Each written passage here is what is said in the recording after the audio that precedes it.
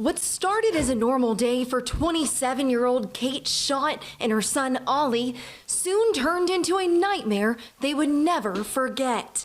We had been to Sam's Club.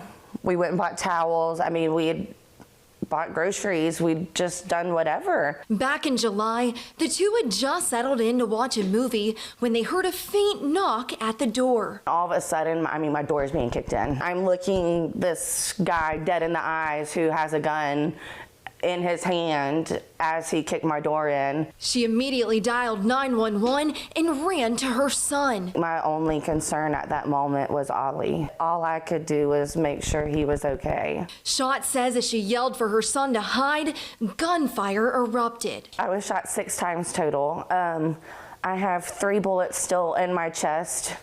My arm was blown up. They had to replace it, my humerus bone.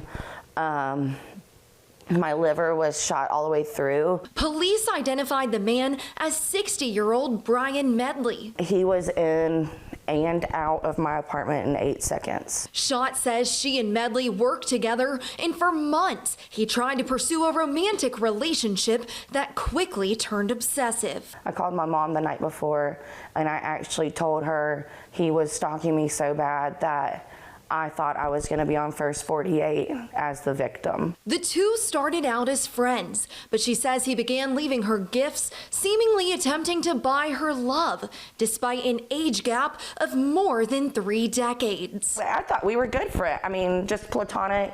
It wasn't weird until it was. He would tell me he was madly in love with me. I mean, I knew how he felt. Schott was flown to a hospital in Mobile with life-threatening injuries. She was discharged only a few days later, but within 12 hours of leaving the hospital, she went to Louisiana to stay with family, where she was rushed back to the ER, and doctors discovered her injuries were far worse than expected. They just kept finding more and more problems that needed to be fixed.